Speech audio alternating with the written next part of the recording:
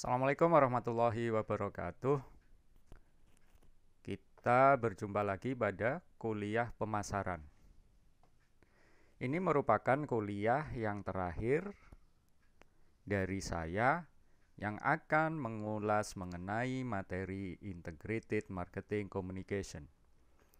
Kalau kita lihat di marketing mix, ini adalah P yang terakhir yang terkait dengan promosi. Cuman Kotler and Keller itu melihat bahwasannya tidak hanya terbatas pada promosi saja, dia lebih memperluas teknik komunikasi pemasaran bukan hanya sekedar promosi.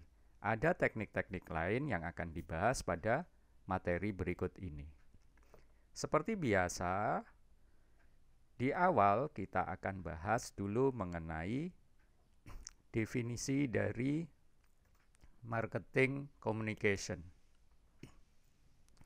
Marketing communication adalah sarana yang digunakan oleh perusahaan untuk memberi informasi, membujuk, dan mengingatkan konsumen secara langsung maupun tidak langsung mengenai produk dan merek yang mereka jual. Secara umum di marketing communication dibagi menjadi dua bagian, yaitu mass communication dan personal communication. Nantinya kita akan bahas satu persatu secara lebih mendetail masing-masing teknik yang tertulis di dalam slide berikut. Yaitu yang pertama terkait dengan mass communication, nanti akan kita bahas mengenai advertising, sales promotion, event, dan public relation.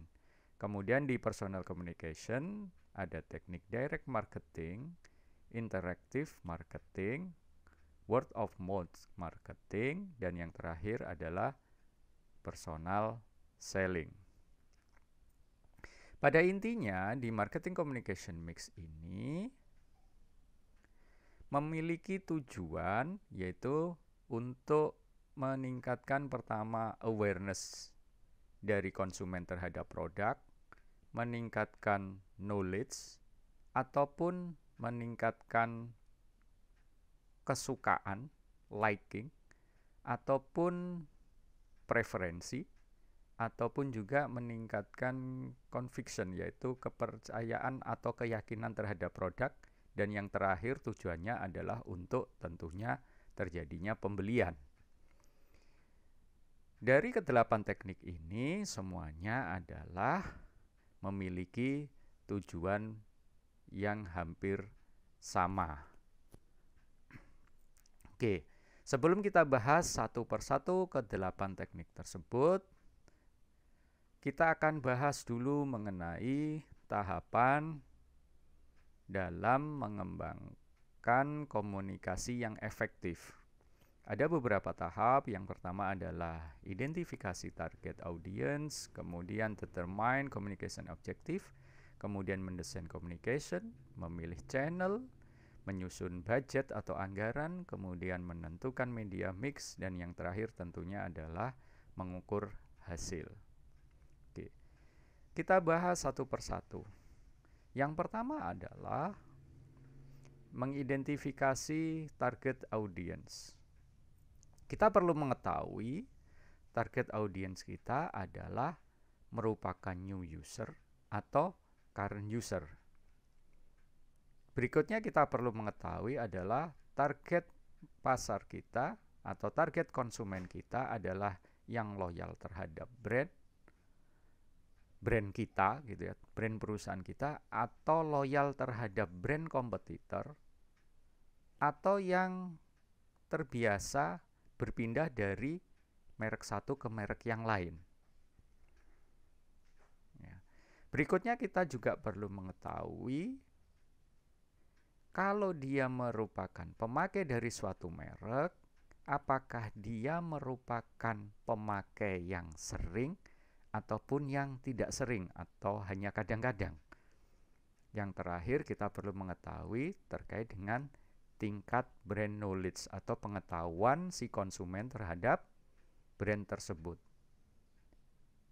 Ya. Kita perlu mengidentifikasi target audience berdasarkan keempat pertanyaan tersebut supaya nantinya kita bisa lebih mudah dalam merumuskan sasaran komunikasi yang akan kita desain. Oke. Setelah kita mengidentifikasi seperti apa target pasar atau target konsumen yang kita sasar, berikutnya adalah menentukan sasaran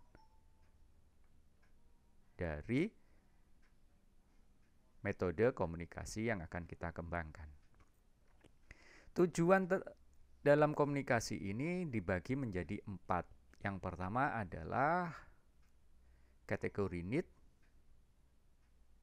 yaitu dengan bertujuan untuk memenuhi perbedaan yang dirasakan oleh konsumen antara keadaan motivasi saat ini dan keadaan motivasi yang diinginkan, atau di sini bisa kita sampaikan dengan bahasa lain adalah keadaan saat ini dengan harapan.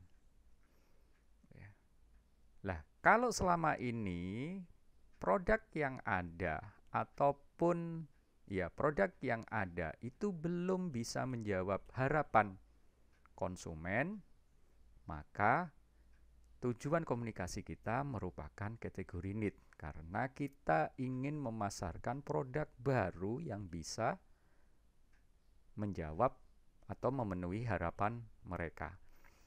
Kategori need ini lebih pas memang untuk produk-produk baru atau produk-produk dengan teknologi baru, gitu ya. Contoh misalkan kendaraan listrik. Tujuan yang kedua adalah brand awareness.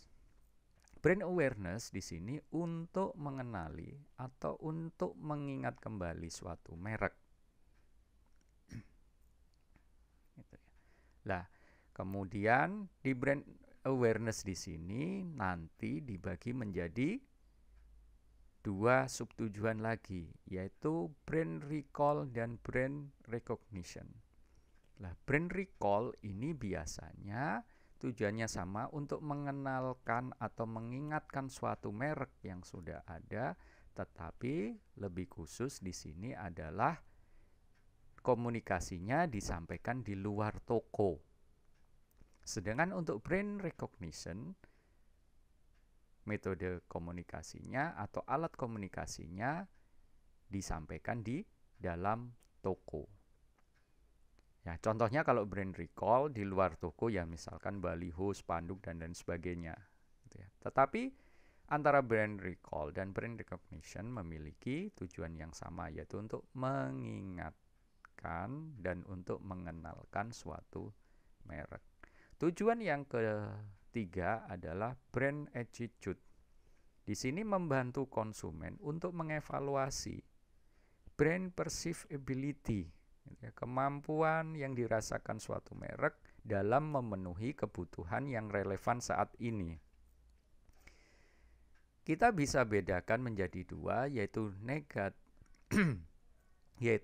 negative problem removal dan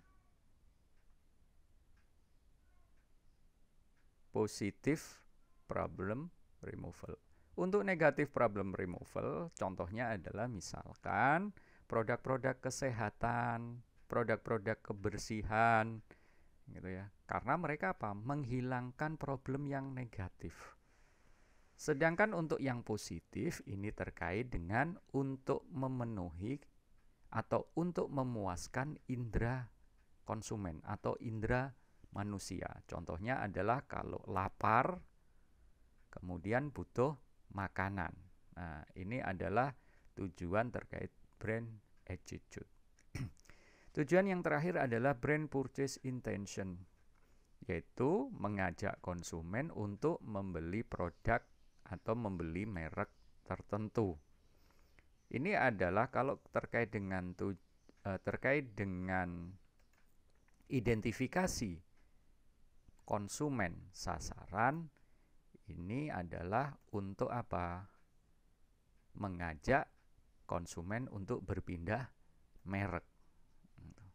Nah, Dari keempat tujuan ini tentunya sangat terkait erat dengan hasil identifikasi pasar atau konsumen sasaran kita.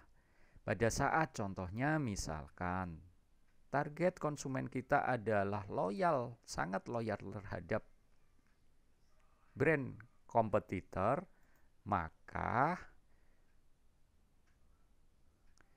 cukup berat seandainya kalau produk kompetitor itu tidak memiliki gap antara, contohnya misalkan antara harapan dengan kondisi saat ini, sehingga cukup susah untuk perusahaan kita untuk memenuhi gap tersebut.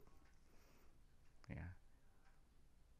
Paling juga hanya untuk tahap pertama terkait dengan konsumen yang sudah sangat loyal terhadap brand kompetitor, mungkin kita bisa mulai dengan objektif yang pertama, brand awareness dulu.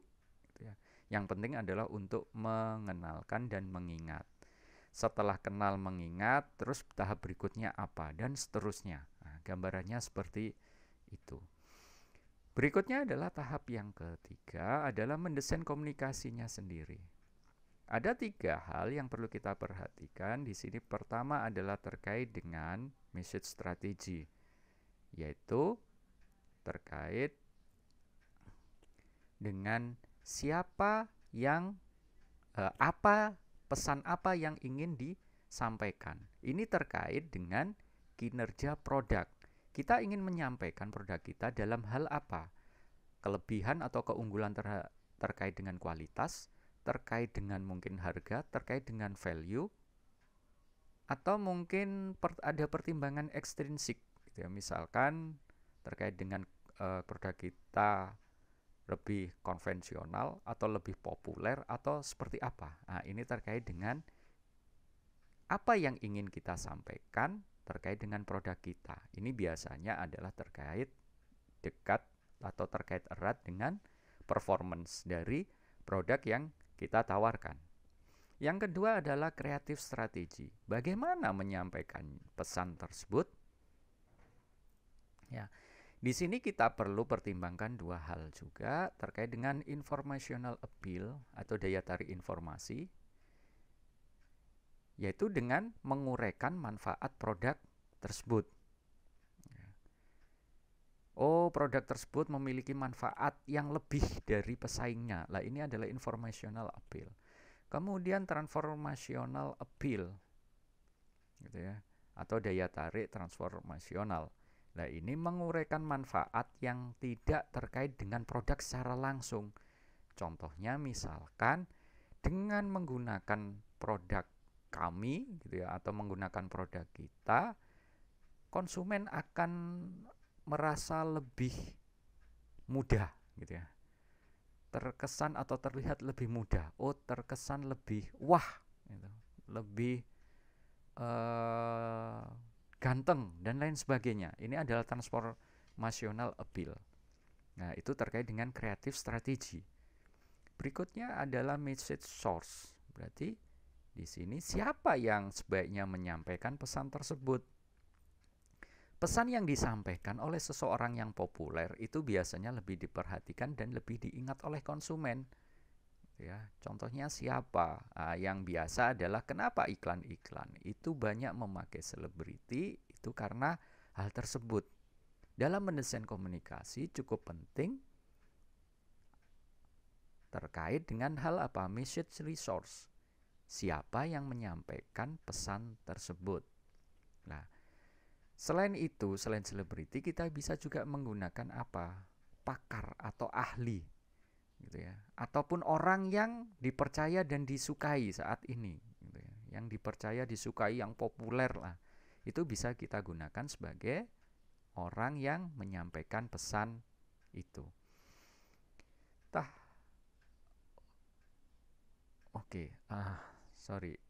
Kelewat tadi untuk designing communication tadi 3 hal ya. Nah, berikutnya adalah memilih communication channel.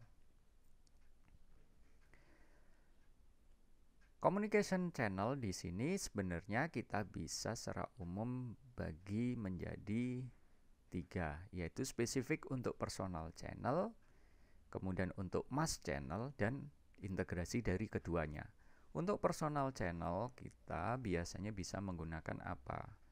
Sales person gitu ya. Yang di sini fungsinya sebagai mengadvokat gitu. Memberikan saran kepada konsumen terkait misalkan kelebihan produk kita. Ataupun menggunakan ahli, menggunakan expert, atau menggunakan social channel lewat keluarga, lewat teman gitu ya. Untuk apa? Untuk membujuk teman-teman yang lain atau keluarga yang lain. Itu adalah personal channel. Kedua adalah mass channel. Di sini tidak spesifik karena mass berarti bersifat umum, bisa melalui iklan, sales promotion, event, experiences, dan public relation. Yang terakhir tentunya mengintegrasikan kedua tipe channel tersebut. Berarti perusahaan bisa menggunakan secara bersama personal channel dan juga non-personal channel. Setelah kita memilih communication channel, tahap berikutnya adalah tentunya mengukur atau menyusun budget atau anggaran. Ya, ada beberapa strategi. Di sini ada 4. Yang pertama adalah affordable. Ya, disesuaikan aja dengan anggaran yang tersedia dari perusahaan. Tidak perlu memaksakan diri. Mampunya berapa, yaitu yang dijalankan. Ini adalah affordable. Berikutnya bisa menggunakan strategi percentage of sales. Ya. Persentase dari harga jual. Misalkan harga jual 10.000, dia menggunakan 10% dari harga jual itu adalah biaya untuk komunikasi. Makanya berarti tiap satu unit perusahaan akan menyisihkan 1.000 rupiah, yaitu 10% dari harga yang 10.000 tadi. Atau dengan menggunakan strategi competitive parity. Di sini adalah ya disamakan aja lah dengan pesaing. Pesaing menganggarkan berapa? Misalkan 1 miliar per bulan, ya kita ikut. Nah, tapi untuk competitive parity ini untuk perusahaan yang memang budgetnya cukup besar sehingga dia bisa mengikuti budget dari pesaingnya. Yang terakhir adalah menggunakan objective and task, di mana perusahaan mengembangkan anggaran komunikasinya dengan cara mendefinisikan dulu tujuan dari komunikasi itu secara spesifik, kemudian menerjemahkan dalam tugas yang perlu dilakukan untuk mencapai tujuan tersebut. Nah, dari aktivitas-aktivitas atau tugas tersebut bisa dihitung budget yang dibutuhkan berapa, sehingga nanti bisa diakumulasi menjadi total budget untuk komunikasi. Itu adalah keempat strategi yang bisa dipakai dalam menyusun budget komunikasi. Oke. Lah, setelah itu ya sudah selesai. Berarti kita bisa memilih nantinya gitu ya, communication channel atau saluran komunikasi kita pilih yang mana. Personal atau non personal atau kita menggabungkan keduanya. Itu pun nanti juga akan kita pecah lagi seperti tadi sudah disebutkan di awal. Personal channel menggunakan apa? Salesperson atau menggunakan misalkan interactive marketing atau pemasaran mulut ke mulut atau personal selling, direct marketing, ataukah menggunakan mass communication misalkan iklan, promosi, event, public relation. Karena apa? Masing-masing ini tentunya memiliki anggaran yang berbeda-beda. Sehingga nanti perlu seperti tadi dikaitkan semuanya communication channel yang dipilih kemudian disesuaikan dengan anggaran, ini diharapkan bisa mencapai atau memenuhi tujuan yang sudah dirumuskan di awal tadi, yaitu terkait dengan kategori need atau perusahaan memilih yang brand awareness atau brand attitude ataupun brand purchase intention. Itu adalah tahapan-tahapan yang perlu kita lakukan pada saat coba mengembangkan komunikasi yang efektif gitu ya. Nah, tentunya nanti setelah menyusun anggaran, kita tadi menentukan media mix-nya gitu ya, communication channel mix-nya itu seperti apa. Setelah itu, setelah dijalankan tentunya diukur efektivitasnya atau kinerjanya. Itu sebagai langkah evaluasi. Apakah sudah sesuai dengan target atau belum? Kalau belum sesuai, perlu kemudian perusahaan melakukan apa? Evaluasi lagi dengan mungkin mengubah channelnya atau mengubah target audiensnya atau mengubah objektifnya dan lain sebagainya. Itu adalah tahapan dalam mengembangkan komunikasi yang efektif. Berikutnya kita coba bahas satu persatu mengenai communication channel tadi. Kan sudah disebut di awal, ada personal communication dan mass communication. Yang pertama kita bahas adalah mengenai advertising, iklan.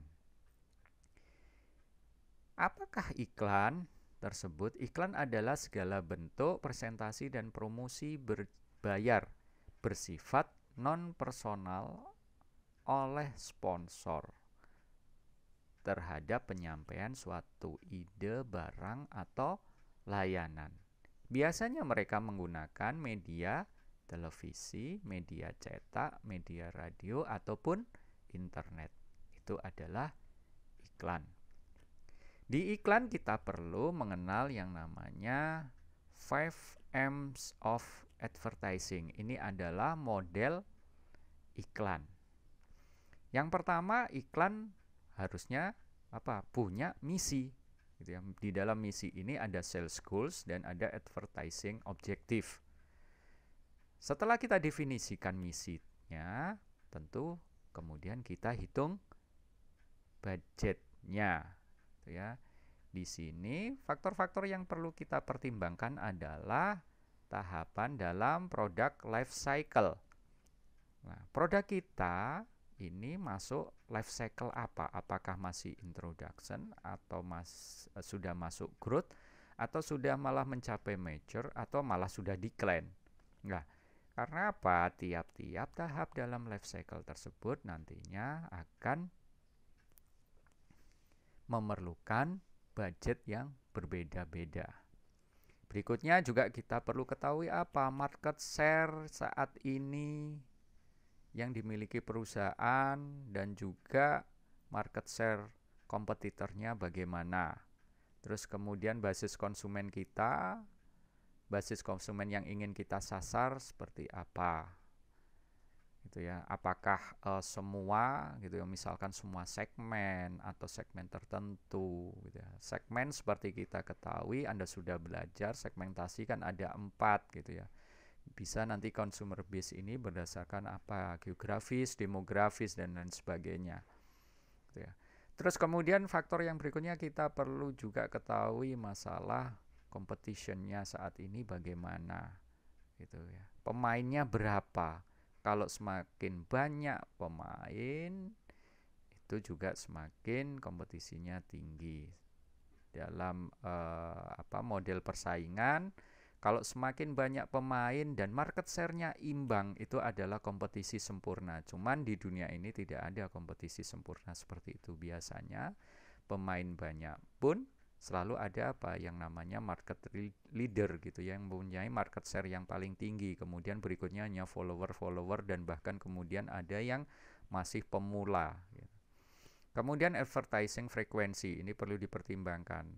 Nantinya mengiklankan untuk mencapai misi perlu berapa kali dalam misal seminggu atau sebulan atau sehari berapa kali. Kalau kita pakai media TV sehari berapa kali tayang, kemudian jam berapa saja. Ya. Kemudian produk substitutability. Ya, apakah ada produk substitusinya? Kalau semakin banyak, lah ini juga menjadi tantangan. Bisa jadi anggarannya nanti juga lebih besar dibutuhkan. Nah, M yang berikutnya adalah message. Nah, pesan yang mau disampaikan apa? Lah, mulai di sini ada tahapannya, message generation, gitu ya, untuk menyusun atau memunculkan pesannya, kemudian mengevaluasi, memilih, kemudian mengeksekusi, dan kemudian mereview. Itu adalah message. Berikutnya adalah media yang dipilih itu apa. Perlu dipertimbangkan beberapa hal terkait dengan masalah jangkauan, frekuensi, impact, gitu ya, jenis medianya, kemudian mungkin terkait dengan alat atau kendaraan yang dibutuhkan, kemudian waktu untuk media tersebut ditampilkan, dan juga alokasi secara geografisnya, secara nasional atau hanya khusus untuk suatu wilayah saja. Nah, M yang terakhir tentunya measurement, diukur. Communication impact-nya bagaimana terhadap konsumen yang disasar. Jangan-jangan tidak ada impact sama sekali, atau bahkan mungkin impact-nya melebihi dari ekspektasi kita. Nah, ini semua perlu diukur untuk mengukur efektivitas dari iklan kita. Yang terakhir tentunya adalah sales impact. Ada peningkatan tidak terhadap sales produk kita. Ini adalah model 5M's of advertising. Nah, berikutnya kita perlu mengetahui yang namanya tujuan dari iklan. Perusahaan menyusun iklan, kemudian menampilkan atau menyebarkan iklan, tentunya memiliki tujuan tertentu. Ada beberapa tujuan di sini. Iklan itu bisa bertujuan untuk informative advertising. Di sini untuk menciptakan brand awareness atau brand knowledge dari produk baru ataupun fitur baru dari produk yang sudah ada. Ini adalah iklan informatif. Berikutnya adalah iklan persuasif. Untuk menciptakan kesukaan atau preferensi atau juga keyakinan, bahkan sampai pembelian terhadap suatu produk. Biasanya dia tampilkan iklan komparatif, gitu ya, membandingkan iklan tersebut berisi dengan membandingkan produk perusahaan dengan produk kompetitor, gitu ya. Tapi memang biasanya tidak secara vulgar menyebut brand dari kompetitor tersebut. Berikutnya adalah iklan pengingat, yaitu untuk merangsang pembelian produk berulang. Berarti kalau misalkan minggu ini konsumen tersebut sudah beli, kemudian melihat iklan tersebut, nah dia akan ingat, oh ya, berarti saya minggu depan akan beli produk tersebut lagi, gitu ya. Mungkin dia tertarik membeli lagi karena apa? Ya karena iklannya berulang-ulang ditampilkan, ataupun misalkan ada suatu yang baru, bukan fitur, bukan produk baru, tetapi misalkan kemasan lebih besar. Nah, itu juga bisa merupakan reminder advertising. Yang berikutnya adalah iklan penguatan, tujuannya untuk meyakinkan pembeli saat ini bahwa mereka sudah membuat pilihan yang tepat, gitu ya. Nah, itulah adalah keempat tujuan dari iklan. Lah, sekarang tinggal perusahaan memilih mereka pasang iklan tujuannya apa. Karena apa? Nantinya kalau kita kaitkan dengan 5M tadi, gitu ya. Kan di sini ada mission karena terkait dengan advertising objektif. Nantinya pada saat perusahaan memilih suatu objektif, nantinya akan berimbas atau memiliki dampak nanti ke anggaran, message yang akan disampaikan, media yang dipilih, dan juga perlunya diukur efektivitas dari jenis iklan yang dipilih oleh perusahaan. Oke, itu yang pertama terkait dengan bahasan iklan. Berikutnya adalah sales promotion. Ini untuk yang sub pertama kita bahas terkait dengan mass communication, gitu ya. Setelah iklan, mass communication berikutnya adalah sales promotion. Apa itu sales promotion? Nah, inilah yang awal disebut promotion, merupakan bagian dari 4Ps, itu adalah promotion ini. Nah, Di Kotler dia berusaha, Kotler di bukunya Kotler and Keller, dia berusaha untuk lebih meluaskan arti bukan hanya spesifik pada sales promotion tetapi pada marketing communication, karena marketing communication ini tidak hanya terbatas pada sales promotion, di mana sales promotion hanya merupakan bagian dari mass communication, sedangkan komunikasi yang lain ada personal communication. Oke, kita kembali lagi, kita bahas definisi dari sales promotion. Sales promotion terdiri dari kumpulan alat untuk memberikan insentif dan sebagian besar bersifat jangka pendek yang dirancang untuk merangsang pembelian produk atau layanan tertentu lebih cepat atau lebih banyak lagi oleh konsumen atau perusahaan. Nah, di sini sales promotion bisa menyasar individual user ataupun perusahaan. Oke. Berikutnya kita perlu mengetahui tahapan keputusan dalam sales promotion.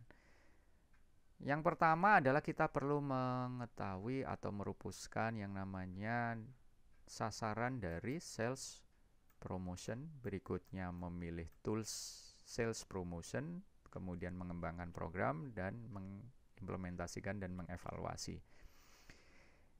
Yang pertama, kita bahas yang pertama, yaitu establish objective.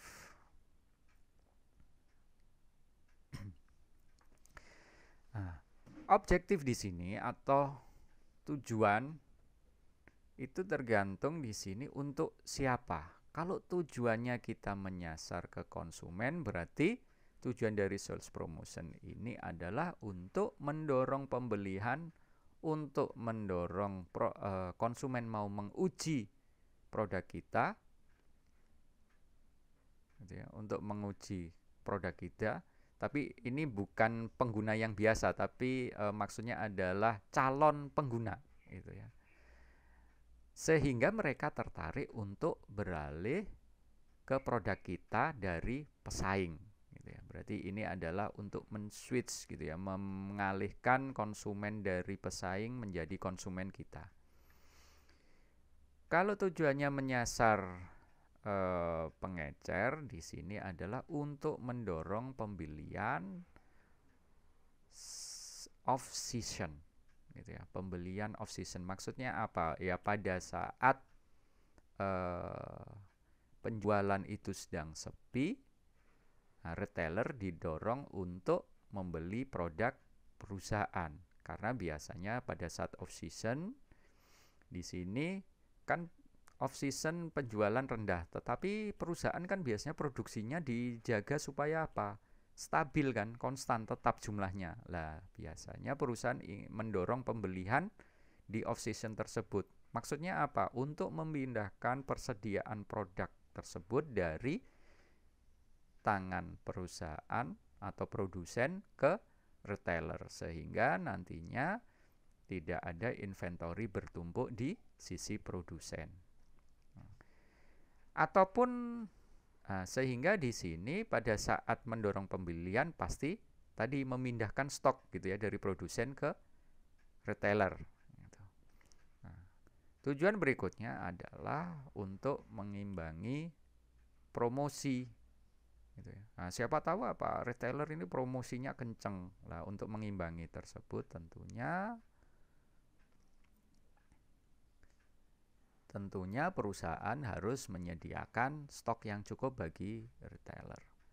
Ataupun di sini misalkan tujuannya untuk membangun loyalitas terhadap merek tersebut, ya. Nah, ini adalah tujuan yang biasanya yang ingin dicapai oleh retailer. Karena apa? Pada saat retailer biasanya bisa membeli pada saat off-season buying, biasanya dia mendapatkan harga yang lebih rendah dibandingkan pada saat peak season buying. Kemudian tujuan yang berikutnya adalah tujuan dari sales force, yaitu tenaga penjualan. Yaitu untuk apa di sini kalau tujuannya terhadap sales force, yaitu untuk mendorong dukungan terhadap produk baru gitu ya. Promosi tersebut untuk mendorong dukungan terhadap produk baru atau mendorong lebih banyak calon pelanggan. Berarti sales force di sini bukan hanya kemudian hanya berjuang mati-matian sendiri, tetapi juga dibantu dengan menggunakan sales promotion. Yang terakhir tentunya adalah untuk merangsang penjualan selama off season atau selama penjualan itu rendah. Setelah kita menyusun tujuan, berikutnya adalah memilih promotion tools. Secara umum bisa dibagi ada dua, yaitu consumer directed dan trade directed. Kalau consumer directed di sini memang difokuskan kepada konsumen, yaitu contohnya promotion tools adalah pemberian sampel ke konsumen. Biasanya sampel ini kan gratis kan. Silahkan, ini sampel gratis, Anda bawa, Anda pakai, Anda konsumsi. Biasanya kalau kemudian diberi gratis, kemudian dia coba, oh bagus ternyata, harapannya adalah dia datang lagi, mau beli gitu ya, bukan minta gratisan lagi gitu. Berikutnya adalah uji coba gratis. Ya, biasanya untuk produk-produk baru atau mungkin varian produk baru, kalau Anda misalkan belanja di sebuah supermarket, biasanya ada itu SPG yang menawarkan uji coba gitu ya. Misalkan minuman baru, wah ini ada uji coba, silakan dicoba gitu. Lah ujung-ujungnya juga setelah nyoba Anda ditawarin untuk beli gitu kan. Nah, itu juga adalah promotion tools. Berikutnya juga bisa menggunakan pemberian kupon gitu ya. Mungkin sekarang jarang karena memang sekarang kan enggak. Sekarang jarang kupon yang tertampil di majalah atau koran gitu ya. Karena memang sudah mulai sedikit berkurang orang yang beli koran ataupun majalah lah. Sekarang sudah mulai berpindah, kupon itu dipindahkan dari yang media cetak menjadi media internet gitu kan. Nah, biasanya kan ada itu tawaran-tawaran kupon macem-macem gitu kan. Entah kupon diskon, entah kupon untuk mendapatkan hadiah dan lain sebagainya. Berikutnya adalah terkait dengan patronage rewards. Di sini adalah bonus poin. Nah, Anda dirangsang misalkan Anda kalau beli ini nanti dapat poin misalkan tiap 1000 poinnya 1 gitu ya. Dan nanti dikumpulkan poinnya semakin banyak nanti bisa ditukarkan dengan hadiah atau mungkin ditukarkan dengan diskon pada saat pembelian berikutnya dan lain sebagainya lah. Ini adalah terkait dengan bonus poin atau patronage reward. Berikutnya ada cash refund offer, penawaran pengembalian tunai, cashback. Nah, ini adalah di sini. Cashback itu bukan diskon. Biasanya Anda harus membeli dulu, seperti di salah satu e-commerce. Biasanya Anda harus membeli dulu, bayar tunai, baru kemudian Anda baru dapat cashback berupa poin dalam tanda kutip semacam rupiah juga, tapi dalam bentuk poin yang itu bisa bisa digunakan untuk pembelian berikutnya. Nah, itu seperti itu. Bedanya cuman di sini antara cashback dengan bonus poin. Kalau poin kan biasanya tidak dirupakan dalam bentuk rupiah, tetapi poin gitu ya. Nanti baru bisa ditukar. Kemudian ada price paket harga gitu ya. Misalkan adalah promosi, kalau harga satuan 10.000, Anda beli misalkan 2 harganya 19.000, tapi kalau beli misal setengah losin harganya lebih murah lagi lah, ini paket harga.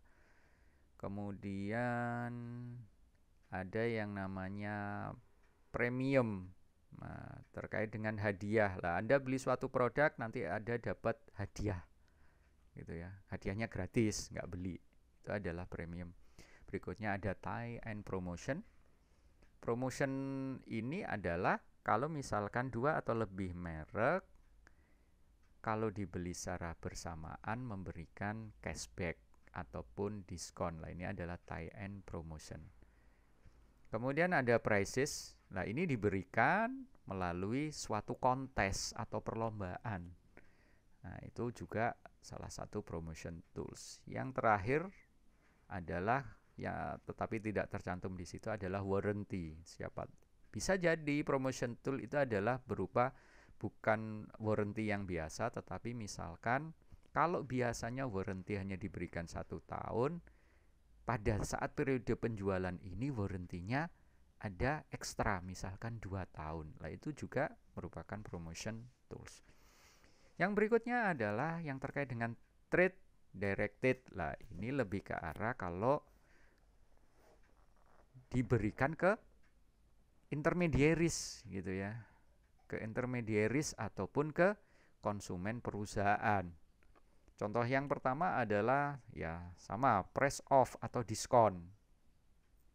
Gitu ya, pemberian diskon biasanya kalau terkait dengan intermediaries, misalkan ke retail, perusahaan memberikan diskon, misal kalau dia membeli jumlah yang lebih banyak, diskonnya lebih banyak lagi. Lah, ini adalah terkait dengan volume diskon.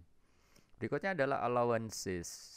Nah, terkait dengan apa? Pemberian di sini adalah perusahaan akan memfasilitasi melalui anggarannya adalah ada iklan atau display yang gratis atau cuma-cuma gitu ya.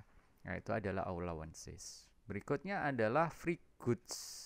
Nah, kalau diskon itu beli banyak, ada diskon. Kalau free goods itu adalah beli banyak, bukan diskon yang diberikan, tetapi ada tambahan sejumlah produk, sejumlah quantity produk tertentu secara gratis gitu ya. Ini perbedaannya antara free goods dengan price off seperti itu.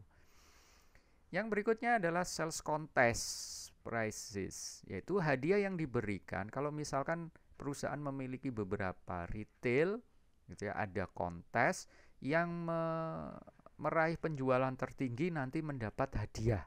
Nah, itu adalah sales contest prices. Ini termasuk promotion tools juga. Kemudian berikutnya adalah trade show, yaitu pameran dagang, eksibisi gitu ya. Misalkan ada mungkin biasanya kan di gedung-gedung ada trade show gitu. Lah, selama trade show perusahaan misalkan memberikan diskon khusus, harga khusus gitu ya, bukan diskon, harga khusus ke retail yang mengikuti trade show. Yang terakhir adalah specialty advertising, yaitu memberikan misal kalender, memo atau merchandise yang lain secara gratis kepada retailer. Nah, itu adalah beberapa promotion tools yang biasanya diberikan perusahaan ke retail atau ke konsumen perusahaan atau konsumen industri. Nah, tahap berikutnya adalah setelah memilih promotion tool, kemudian adalah mengembangkan program. Ya, di sini perusahaan bisa melakukan apa? Memadukan beberapa media ke dalam satu konsep kampanye secara keseluruhan. Bukan hanya sekedar misalkan tadi, saya perusahaan hanya memilih sampel saja deh. Tidak harus seperti itu. Dia bisa memilih misalkan memadukan samples gitu ya. Dan juga misalkan ada cashback pada saat setelah dia memakai kemudian dia membeli, ada cashback. Tapi yang tidak pakai, yang belum pakai atau belum dapat samples tidak dapat, misal seperti itu. Atau yang lain gitu ya, bisa memadukan banyak, mungkin bahkan lebih dari 2 promotion tools. Perusahaan bisa gabungkan itu dalam konsep kampanye secara total. Berikutnya adalah menetapkan kondisi untuk partisipasi, yaitu pemberian insentif.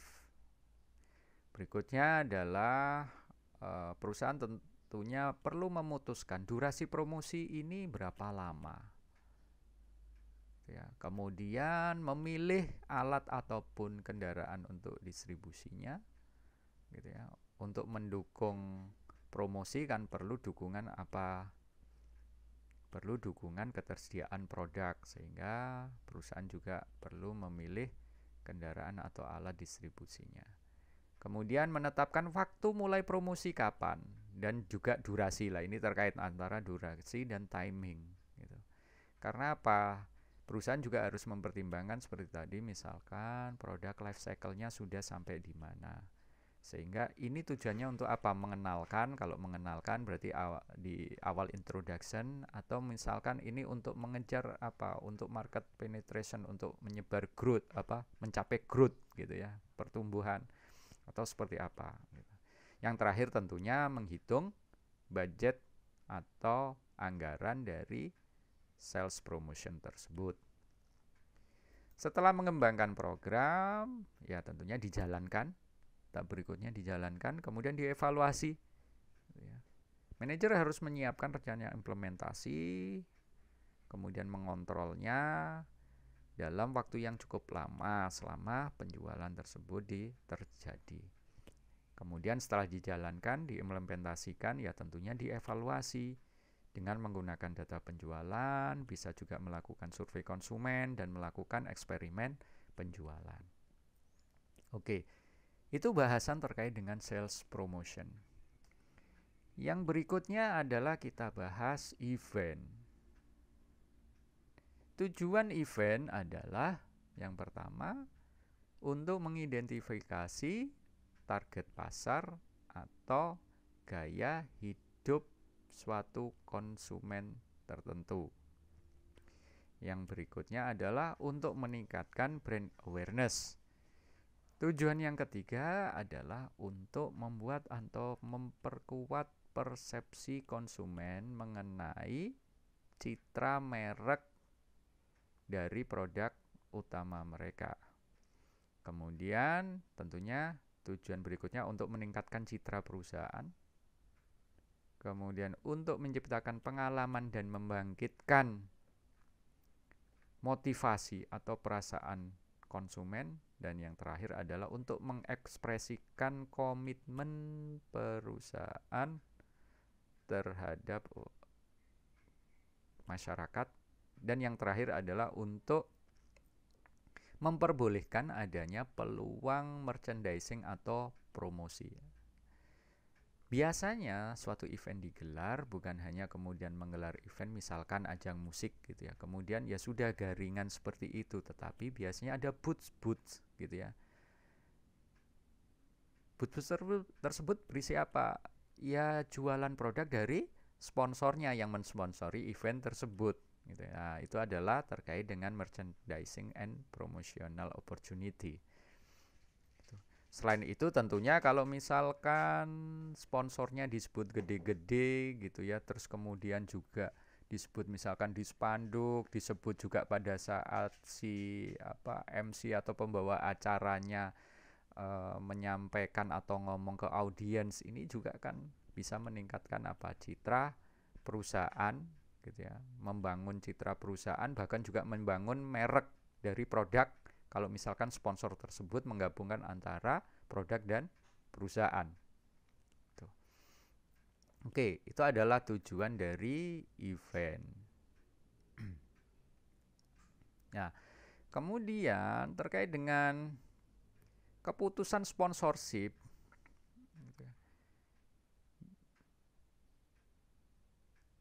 kita bisa jelaskan dalam 3 tahapan ini. Tentunya yang pertama, perusahaan ingin menjadi sponsor suatu event, tentu dia harus memilih event yang pas bagi dia, event yang seperti apa. Maksudnya apa yang pas ini? Berarti event tersebut harus dapat memenuhi tujuan pemasaran dan strategi komunikasi yang sesuai dengan merek suatu produk gitu, atau sesuai dengan image perusahaan. Nah, sehingga apa?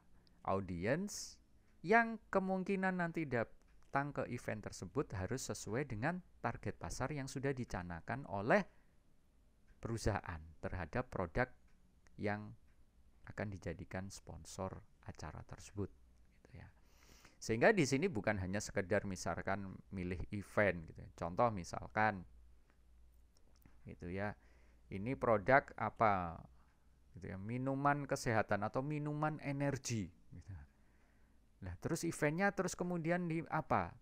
Oh, itu ikut di event lomba masak. Nah, ini kan kayaknya kurang pas gitu ya.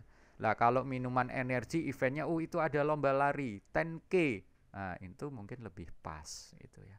Nah, ini adalah perusahaan harus jeli dalam memilih suatu event yang akan disponsorinya. Kemudian berikutnya adalah tentunya mendesain programnya. Ya, program yang pas, oke, acara ini sudah disponsori, tentunya perusahaan juga ingin cawe-cawe gitu ya. Programnya harusnya ya juga seperti ini supaya apa? Itu tadi tujuan pemasaran dan strategi komunikasi yang diinginkan perusahaan semuanya bisa tercapai gitu ya. Kan perusahaan nggak mungkin mau, wah saya sudah keluar besar anggaran sebagai sponsor, saya tidak dilibatkan dalam mendesain program sama sekali. Nah, itu kan tidak mungkin terjadi seperti itu gitu ya. Yang terakhir tentunya adalah apa? Ya mengukur efektivitas dari event yang disponsori tersebut. Contoh misalkan nanti bisa dites sama seperti media yang sebelumnya gitu ya. Media-media yang lain gitu seperti promosi dan iklan tentunya harus diukur efektivitasnya. Bisa melalui apa? Selama event ada penjualan nggak? Kemudian setelah event kita juga bisa kan melakukan apa? Survei konsumen, bagaimana tanggapannya terhadap produk, bagaimana tanggapannya terhadap acara jika disponsori oleh perusahaan ini gitu dan lain sebagainya. Kita bisa melakukan survei seperti itu. Nah, dan tentunya di mensponsori event tersebut, perusahaan bisa apa mengukur dari sisi supply terkait dengan apa potensi merek mereka gitu ya, potensi merek mereka dengan cara apa meningkatkan liputan terhadap event yang sudah berlangsung.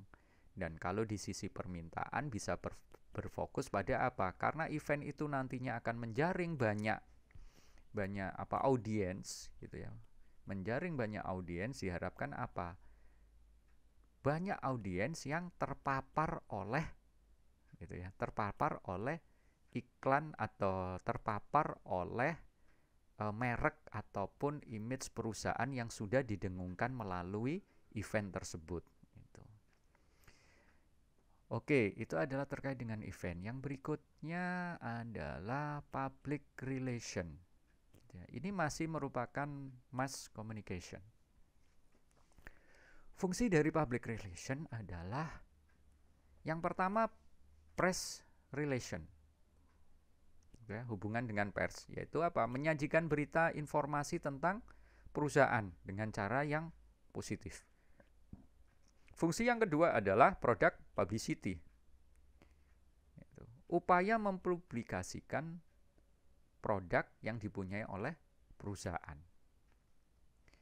Yang ketiga adalah corporate communication, yaitu mempromosikan visi misi perusahaan melalui komunikasi internal. Kalau komunikasi internal itu adalah ke pegawai-pegawainya dan mungkin ke stakeholdernya, ataupun ke eksternal, yaitu ke konsumen-konsumennya.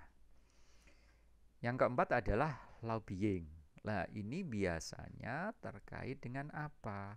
Berurusan dengan pejabat pemerintah dan legislator untuk mempromosikan program ataupun dalam tanda kutip mengarahkan undang-undang dan peraturan yang akan dikeluarkan oleh legislator dan pejabat. Kok bisa begitu? Lah, itulah gitu ya. Semakin besar perusahaan, mereka memiliki apa? Lobbying power yang besar pula, sehingga jangan heran kalau misalkan gitu ya, suatu undang-undang atau peraturan di pemerintah pusat ataupun daerah itu dalam tanda kutip sedikit ataupun banyak dipengaruhi oleh perusahaan-perusahaan besar. Nah, itulah fungsi dari public relation. Yang fungsi yang terakhir tentunya adalah counseling, yaitu ya konseling, menasehati gitu ya. Menasehati di sini lebih ke arah supaya apa? Manajemen peduli terhadap masalah-masalah publik dan posisi manajemen gitu ya, posisi manajemen terhadap publik, terhadap masyarakat gitu, dan juga citra perusahaan yang dia bawa. Nah, ini adalah fungsi dari konseling. Oke. Tools utama di marketing public relation itu apa saja? Yang pertama tentunya publikasi, yaitu melalui misalkan majalah, koran, dan lain sebagainya. Majalah, koran di sini kan sekarang tidak harus kemudian majalah koran cetak, tetapi juga online gitu ya. Berikutnya event. Ya, event-event atau acara-acara yang digelar ini juga merupakan major tool dalam marketing PR. Kemudian sponsorship. Nah, ini sangat terkait, biasanya sponsorship itu bisa diberikan juga di iklan, di publikasi, dan lebih luas lagi gitu ya, di acara-acara yang lain. Kemudian news, yaitu melakukan press conference gitu ya. Kemudian speeches, terkait dengan misalkan suatu pertemuan, seminar, itu adalah juga termasuk major tools dalam public relation.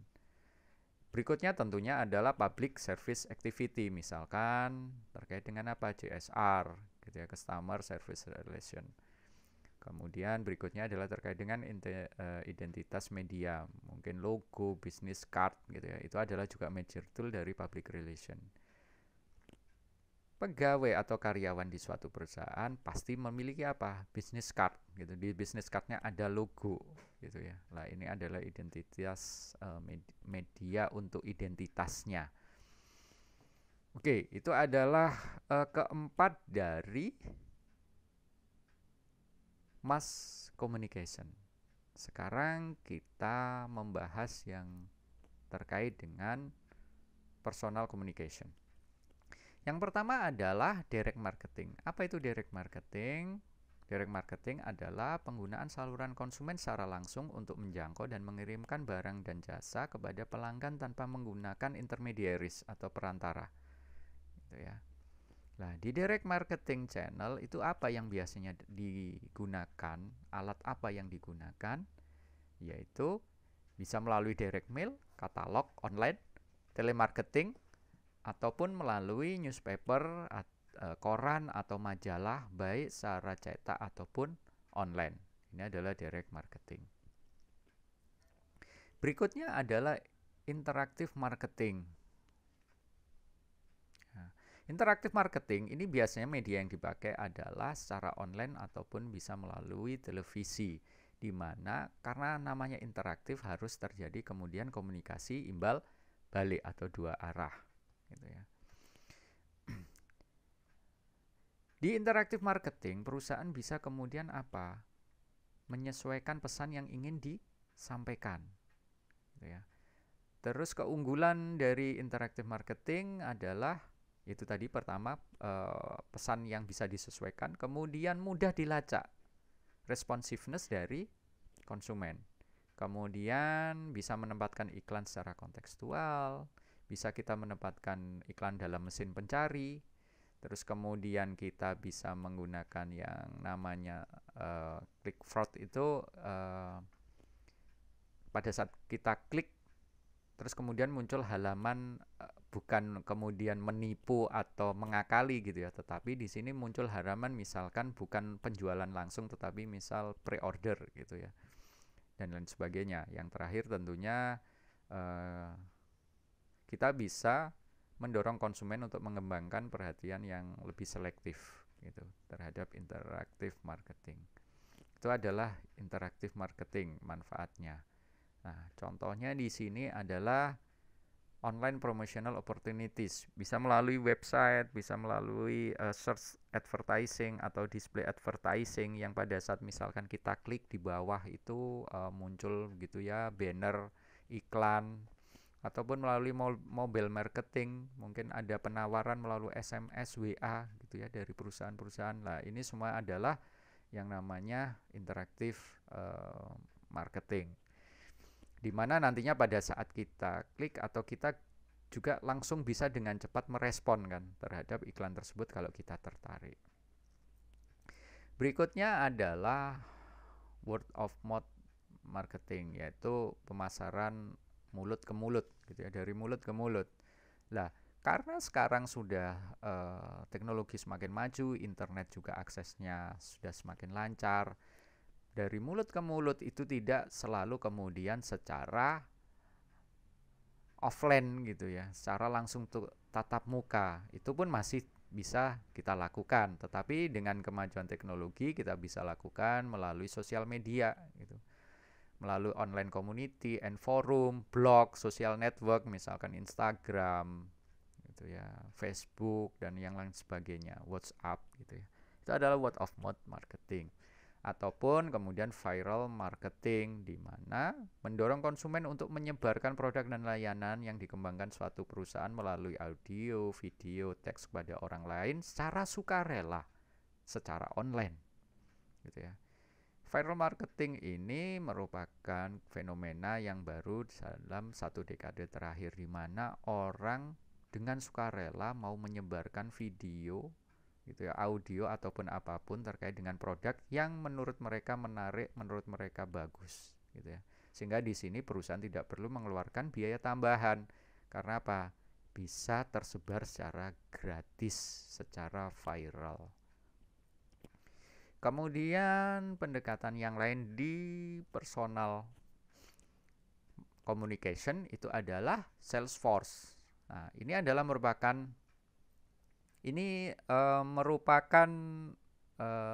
pendekatan atau teknik yang terakhir adalah Salesforce. Di sini kita jelaskan ada beberapa tahapan dalam mendesain Salesforce. Tentunya yang pertama adalah kita perlu mengetahui yang namanya Salesforce Objective. Untuk apa tujuannya? Pertama, bisa merupakan prospecting, yaitu mencari konsumen yang prospek, yang potensial. Ya. Di mana di sini nanti Salesforce harus mengalokasikan waktu mereka untuk menemui pelanggan-pelanggan yang potensial tersebut. Ataupun objektif yang berikutnya adalah targeting. Ya. Di targeting di sini